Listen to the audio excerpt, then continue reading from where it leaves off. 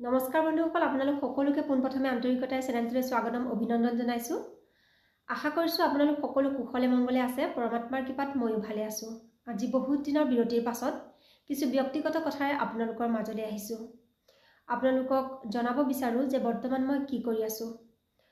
বৰ্তমান মই জ্যোতিষ শাস্ত্ৰী পঢ়ি আছো, মানে BA ইন এষ্ট্ৰলজি কৰি আছো।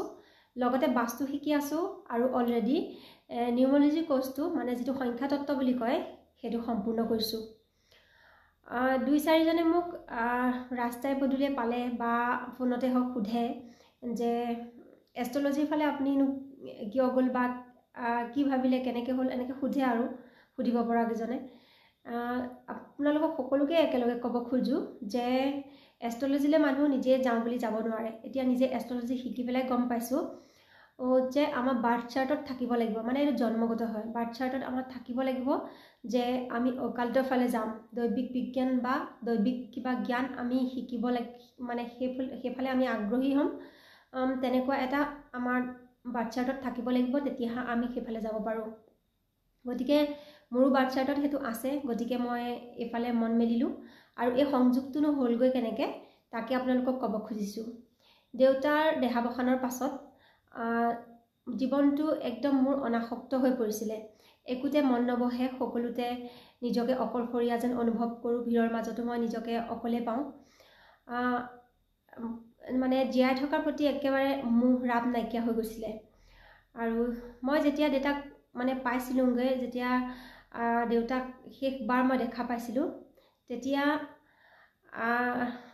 সেই দিনটোৰ কথা মই কৈছোঁ যে যিদিনাখন মানে মোৰ দেউতাৰ মৃত্যু হৈছিলে, সেই সময়টোত মই আছিলোঁ মৰিয়নি ষ্টেচনত। সেইদিনাখন তিতাবৰৰ পৰা নগাঁও অভিমুখী যিখন ট্ৰেইন যায়, গুৱাহাটী যায়, আৰু মই গৈ পেলাই কামপুৰতে নামি দিওঁ। সেইদিনা তিতাবৰৰ পৰা সেই ট্ৰেইনখন নাছিলে, কিবা ৰেলৱে ছাৰ্ভিচিঙৰ কাৰণে ট্ৰেইনখন বন্ধ হৈছিলে, আৰু মই গৈ পেলাই উঠিব লগা হৈছিলে মৰিয়নি ষ্টেচনত। মৰিয়নিত সেইটো সময়ত ৰখি আছিলোঁ, আৰু ট্ৰেইনখন আহিবলৈ তেতিয়া প্ৰায় 10 মিনিটমান সময় বাকী আছিলে। সেইটো সময়তে মোৰ বুকু কপাই ফোনটো বাজি উঠিছিলে, আৰু ফোনটো ধৰোঁ নধৰোঁকৈ ধৰিছিলোঁ। আৰু সিফালৰ পৰা মোক খুৰা ল'ৰাটোৱে কৈছিলে যে বা বৰ্তা আৰু নাই, আমাৰ মাজৰ পৰা বৰ্তা গুচি গ'ল। সেই খবৰটোৱে মোৰ জীৱনত মানে এনেকুৱা এটা পৰিস্থিতি আনিলে, যিটোৱে নেকি আজি ক'ব লাগিব যে ঠেলি হেঁচি মোক এইখিনি পোৱালৈকে এষ্ট্ৰলজিৰ ফালে মই মন মেলিলোগৈ। তেতিয়া মই সেই 2:38 দেউতা ঢুকাইছে, আৰু মই গৈ পেলাই পাইছোঁগৈ ৰাতি 9:30 বাজিত। আৰু 9:30লৈকে দেউতাৰ মৃত শৰীৰটো একদম শিলৰ দৰে টান হৈ গৈছিলে। মোলৈ বাৰে বাৰে ৰাস্তাত ফোন আহি আছিলে, গোটেই ৰাস্তাটো মই কান্দি কান্দি গৈ আছোঁ। বাৰে বাৰে ফোন আহি আছিলে, বাৰ ফোন আহিছে, ভণ্টিৰ বা খুৰাহঁতৰ ফোন আহি আছিলে যে দেউতাক শ্মশানলৈ নিব লাগে, দেউতাক জ্বলাবগৈ লাগে, কাৰণ ইমান সময় ৰাখিব নোৱাৰে, ৰাতি হৈ যাব এতিয়া। কিন্তু মই সিহঁতৰ হাতে ভৰিয়ে ধৰি কৈছিলোঁ, মানে খুব অনুগ্ৰহ কৰি কৈছোঁ যে যেনে তেনে ৰাখ, মই শেষবাৰ দেউতাক চাব খোজোঁ। তাৰপিছত 9:30 মই গৈ দেউতা ঘৰ পাইছোঁগৈ, আৰু তেতিয়াও চোতালত মানুহে বগা হৈ আছিলে। দেউতাক তেতিয়া ভিতৰৰ পৰা বাহিৰলৈ উলিয়ালে, চোতালত দেউতাক ৰখা হৈছিলে। আৰু মই তেতিয়া গৈ পেলাই খুব আগ্ৰহেৰে দেউতাৰ হাতখন চুইছিলোঁ, আৰু ভাবিছিলোঁ দেউতাৰ হাতখন গালে মুখে এবাৰ লগাই লওঁ শেষবাৰৰ কাৰণে। কিন্তু মই দেউতাৰ হাতখন দাঙা কি মই এটা আঙুলি দেউতা লৰাব নোৱাৰিলোঁ। মই তেনেকুৱা শৰীৰ আগতে বা তেনেকুৱা মৃত মানুহ মই চুই পোৱা নাছিলোঁ। তেনেকৈ যে টান হৈ যায়, মই সেই কথাটো মোৰ মনলৈও অহা নাছিলে। আচৰিত পাইছিলোঁ মই তেতিয়া দেউতাক, সেই কোমল হাতখন যে ইমান টান হৈ গ'ল, আৰু সেই বন্ধ চকুজুৰি যে আৰু কেতিয়াও খোল নাখালে। দেউতাক সেই অৱস্থাটোত পাই তেতিয়াই মোৰ মানে অন্তঃমন একদম কিবা হৈ গৈছিলে যে এয়া আচলতে কি, জীৱন চক্ৰৰ প্ৰতি, এই কালচক্ৰৰ প্ৰতি, এই জন্ম মৃত্যু মিলন বিচ্ছেদ, এইবিলাকৰ আচলতে উৱাদিহ কি, ৰহস্য কি, এইবোৰ বিচাৰিবলৈ মোৰ মনটো একদম অধীৰ হৈ আছিলে। তেনেকৈ মই অতৃপ্ত হৈ দিন ৰাতি পাৰ কৰিছিলোঁ। আৰু এদিন ভাগৰি দেউতাক বতাহত বিচাৰোঁ, আকাশত বিচাৰোঁ, ক'তো নাপাওঁ। এদিন মই ভাগৰি পৰমপিতা পৰমাত্মা ভোলেনাথ মহাদেৱক কৈছিলোঁ যে হে প্ৰভু, মই তোমাৰ মোৰ সকলো ইচ্ছা আকাংক্ষা সকলো তুমি জানা মোৰ কথা। সেইখিনিও তোমাৰ, আৰু মই স্বয়ং মই তোমাৰেই সৃষ্টি। প্ৰভু, আজিৰ পৰা তুমি মোক সেইখিনি দিব নালাগে যি মই তোমাক বিচাৰোঁ। মই তোমাক নিজক সমৰ্পণ কৰিছোঁ, আৰু মোৰ জীৱনত তুমি যি কৰিব খোজা আজিৰ পৰা তুমি কৰিব পাৰা। যদি মোৰ জীৱনৰ কিবা উদ্দেশ্য আছে তেনেহ'লে মোক সেই উদ্দেশ্যৰ সৈতে সাক্ষাৎকাৰ কৰা, মোক মাৰ্গদৰ্শন কৰা। কাৰণ মই এনেকৈ জীয়াই থাকি মোৰ একদম আমনি লাগি গৈছিলে। মানে ক'তো মই থাকি শান্তি নোপোৱা হৈছিলোঁ দেউতা যোৱাৰ পাছত। আৰু মোৰ দেউতাৰ কথা কি ক'ম, পিতৃ মাতৃ বহুতৰে আছে, সকলোৰে নাথাকে, কিন্তু কাৰোবাৰ থাকিও সংস্পৰ্শত নাথাকে, কাৰোবাৰ বা নায়েই। কিন্তু মোৰ যি দেউতা আছিলে, দেউতা মানে যিমানখিনি দায়িত্ব পিতৃয়ে পালন কৰে তাতকৈও অধিক পালন কৰিছিলে। গতিকে দেউতাৰ প্ৰতি সদায় ঋণী হৈ থাকিম। আৰু যেতিয়া দেউতা গুচি গ'ল, গতিকে একদম মানে দেউতাৰ অবিহনে নিজক মই একেবাৰে অকলশৰীয়া অনুভৱ কৰিছিলোঁ। অভাৱ একো পোৱা নাছিলোঁ মই, কিন্তু তথাপিতো দেউতাৰ অভাৱ কোনেও পূৰণ কৰিব নোৱাৰে, আজিও পূৰণ কৰিব নোৱাৰে। আৰু তেতিয়া মই ভগৱানক ভাগৰি তেনেকৈ প্ৰাৰ্থনা কৰিছিলোঁ, নিজক সমৰ্পণ কৰি, যে প্ৰভু, মই নিজক তোমাক সমৰ্পণ কৰিছোঁ। আজিৰ পৰা তুমি যি বিচৰা মোৰ লগত কৰিব পাৰা। আৰু মই বৰ্তমানলৈকে মোক যোনে যিমানখিনি কৰিছে সকলোখিনি মই ক্ষমা কৰি দিছোঁ। কাৰণ ভগৱানৰ ওচৰত সমৰ্পণ কৰোঁতে মনত ক্ষোভ ৰাখিব নালাগে। গোটেই ক্ষোভ উলিয়াই মই পৰমপিতা পৰমাত্মাক নিজক সমৰ্পণ কৰিছিলোঁ। আৰু এনেকৈ প্ৰায় 43 দিন মই নিজক সমৰ্পণ কৰিয়ে প্ৰাৰ্থনা কৰিছিলোঁ যে মই সকলোকে ক্ষমা কৰি দিছোঁ। আৰু মই যাৰ যাৰ ওচৰত ভুল কৰিছোঁ প্ৰভু, মই তেওঁলোকৰ কিছুমানৰ ওচৰত গৈতো এতিয়া ক্ষমাও খুজিব নোৱাৰোঁ। তেওঁলোকৰ যাতে মংগল হয় প্ৰভু, তেওঁলোকৰ পৰা মোক ক্ষমা প্ৰাৰ্থনা দিওৱা আৰু তেওঁলোকৰ কৃপা কৰা, সেই বুলি ভগৱানক মই প্ৰায় 43 দিন এনেকৈ প্ৰাৰ্থনা কৰিছিলোঁ। তাৰপিছতে এনেকুৱা হৈছিলে, প্ৰায় 44 দিন 45 দিনৰ কথা, মোৰ এষ্ট্ৰলজি শিকিবৰ কাৰণে, মানে জ্যোতিষ শিকিবৰ কাৰণে মনটো ইমানেই অধীৰ হৈছিলে, কিয় নাজানো, যে সেইটোৱে যেন বাট বিচাৰি পাইছিলোঁ, যেন ভগৱানে সেইটোৱে মোক ইংগিত দিছিলে যে এইটোৱে কৰ বুলি। আৰু মই মানে তাৰ কাৰণে একদম অধীৰ হৈ গৈছিলোঁ। মানুহৰ মন যায়, কিন্তু এনেকুৱাকৈ যে মন গৈছে, মানে মোক সেই 2 এদিনতে মোক লাগেই, মানে মই শিকিমেই, য'তেই নহওক যেনেকৈ নহওক মই শিকোঁ, তেনেকুৱা এটা মন মোৰ হৈ গৈছিলে। আৰু তেতিয়াই মই বুজি পাইছিলোঁ যে এয়া ভগৱানৰে ইচ্ছা, যে ভগৱানক মই যি খুজিছোঁ এয়াই হয়তো তেওঁ মোক মাৰ্গদৰ্শন দিছে যে মই এইফালে যাব লাগে। তেতিয়াই মই মোৰ গুৰুক বিচাৰি উলিয়ালোঁ। সেয়াও পৰমাত্মাৰ কৃপাতে হ'ল যে মই এজন মহান গুৰুৰ শিষ্যত্ব লাভ কৰিছোঁ। মোৰ গুৰুৰ নাম হৈছে professor doctor Debajit Nath, MA PhD gold medalist. ছাৰৰ কথা কি ক'ম, ছাৰ অনেক জ্ঞানৰ অধিকাৰী। সেইখিনি ক'বলৈ কাৰণে আপোনালোকক পাছৰ এটা ভিডিঅ'ত ক'ম। বৰ্তমান মই মোৰ ছাৰৰ সৈতে আপোনালোকক নামটোহে পৰিচয় কৰাই দিলোঁ। আৰু ছাৰৰ পৰা এতিয়া জ্যোতিষত BA কৰি আছোঁ, আৰু বাস্তু শিকিছোঁ, লগতে নিউমৰলজি শিকিলোঁ, কোৰ্চটো কমপ্লিট কৰিলোঁ। এইখিনি আৰু অন্যান্য জ্ঞানৰ অধিকাৰী তেওঁ, 6খনকৈ কিতাপৰ, বৈদিক কিতাপৰ লিখক তেওঁৰ কথা ক'লে শেষ নহ'ব। গতিকে তাৰ কাৰণে এটা বেলেগকৈ ভিডিঅ' বনাব লাগিব। এতিয়া মই সেই আপোনালোকক জনাব খোজোঁ যে এনেকৈ যাত্ৰাটো হ'ল মোৰ এষ্ট্ৰলজিৰ ফালে।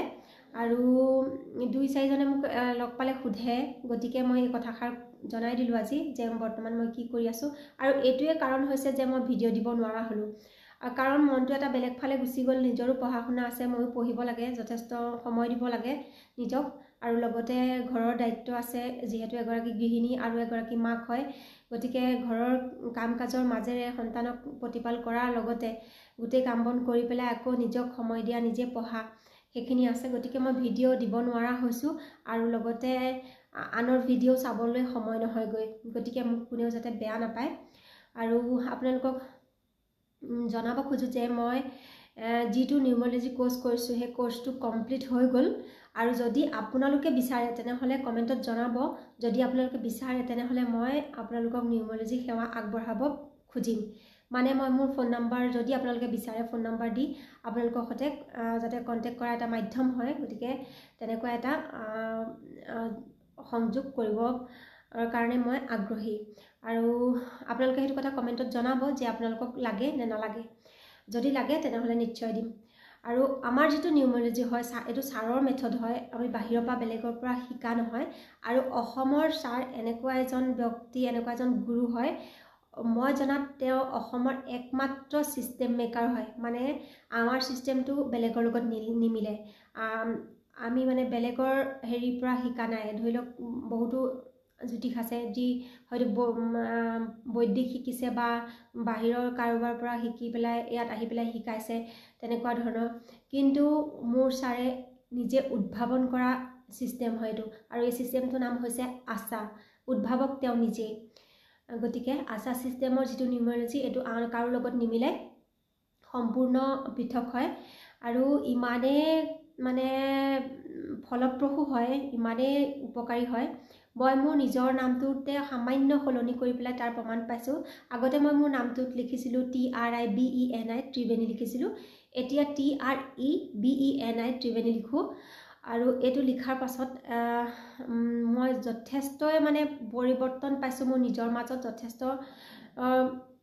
আপোনালোকক ক'বলৈ গ'লে উদাহৰণ হিচাপে কওঁ যে মোৰ অকণমানকৈ এটা ভিডিঅ' ভাইৰেল হৈছিলে চেনেলটোত, জাষ্ট 1K মানে ছাবস্ক্ৰাইবাৰ হ'বলৈ সমৰ্থ হৈছিলোঁগৈ আৰু সেই ভিডিঅ'টোৰ পৰা।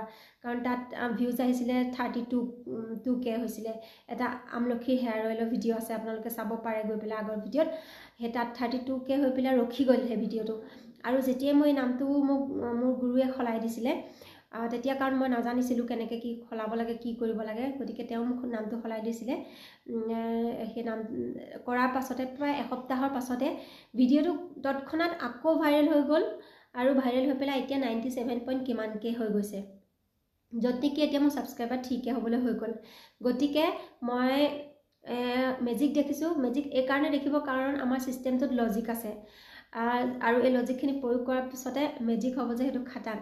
আৰু মানে আপোনালোকে এই নিউমেৰলজিটোৰ মাধ্যমত আপোনালোকে আন হেৰিবিলাকত আপোনাৰ ৰাহি যোৱা চাব লাগে। আমাৰ ৰাহি যোৱা নহয়, আপুনি অকল নামটো দিলেই হ'ব।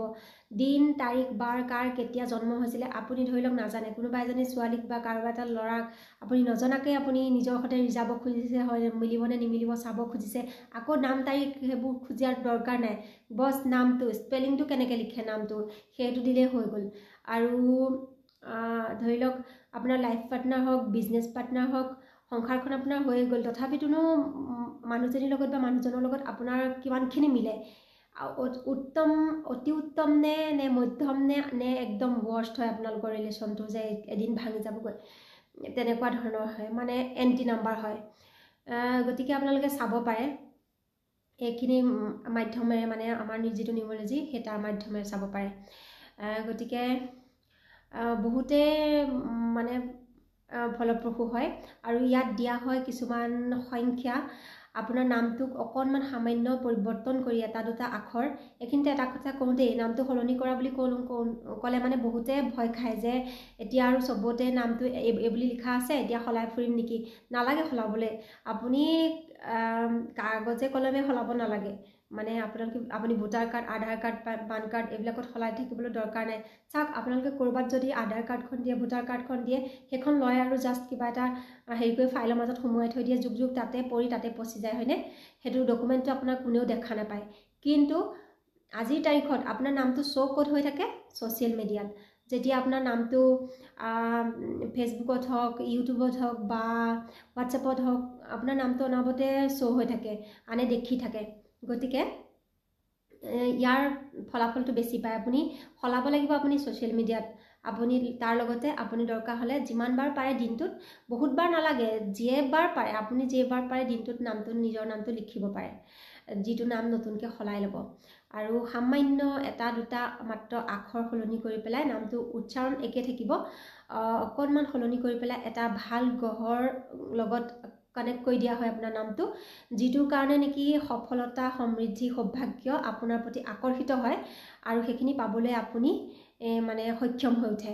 গতিকে তাৰ লগতে সেই গ্ৰহটোৰ লগত, যিটো গ্ৰহৰ লগত ৰিজোৱা হ'ব, তাৰ লগতে মিলাকৈ আপোনাক কেইটামান কালাৰ দিয়া হ'ব আৰু কিছুমান সংখ্যা দিয়া হ'ব, যিকেইটা সংখ্যা নেকি আপুনি ৰাতিপুৱা শোৱাৰ পৰা উঠা ধৰি ৰাতি শোৱালৈকে আপুনি সেই সংখ্যাকেইটা প্ৰয়োগ কৰিব পাৰে, য'ত নেকি আপুনি ছাকচেছ মানে আনিব পাৰে জীৱনত। ধৰি লওক ৰাতিপুৱা যে ভৰিৰ মাটিত ভৰি কেতিয়া থ'ব, ক'ৰবালৈ ওলাই যাওঁতে আপোনাৰ সেইটো সঠিক সময় হয়নে নহয় ঘৰ ওলাই যোৱা, সেই সময়টোত যদি যায় তেনেহ'লে আপুনি য'ত ৰৈ থাকিব লাগিবগৈ গৈ পিনি তাত ৰৈ থাকিব নালাগে, ভিৰ নাপাব, পটককৈ কামটো হৈ যাব।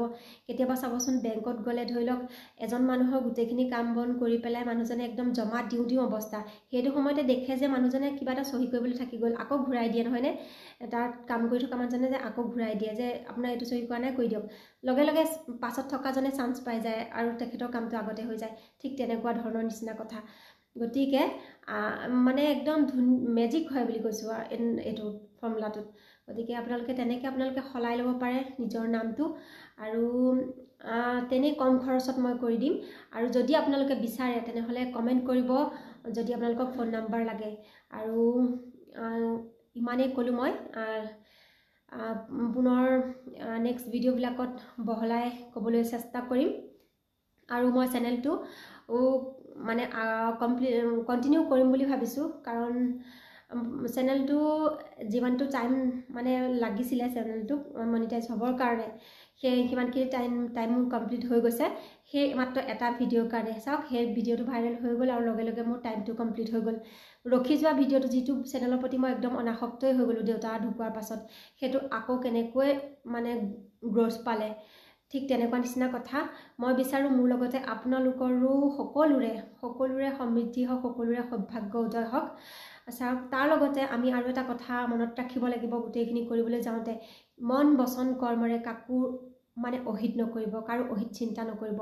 পৰমপিতা পৰমাত্মাই তেতিয়া আপোনালোকক নিশ্চয় সহায় কৰিব। আৰু ভিডিঅ'টো দীঘলীয়া নকৰোঁ, আজি আপোনালোকক ইমানখিনিকে জনালোঁ যে মই বৰ্তমান এষ্ট্ৰলজি শিকি আছোঁ, BA কৰি আছোঁ এষ্ট্ৰলজিত, আৰু বাস্তু শিকি আছোঁ, লগতে নিউমৰলজি কোৰ্চ কমপ্লিট কৰিলোঁ। আৰু আজি ইমানকে ক'লোঁ, কৈ পেলাই মোৰ ভিডিঅ'টো আজি ইমানতে সামৰিছোঁ। পৰমপিতা পৰমাত্মাই আপোনালোক সকলোৰে মংগল কৰক, কৃপা কৰক। আজিলৈ অনুমতি দিব আহিছোঁ। ওম নমঃ শিৱায়।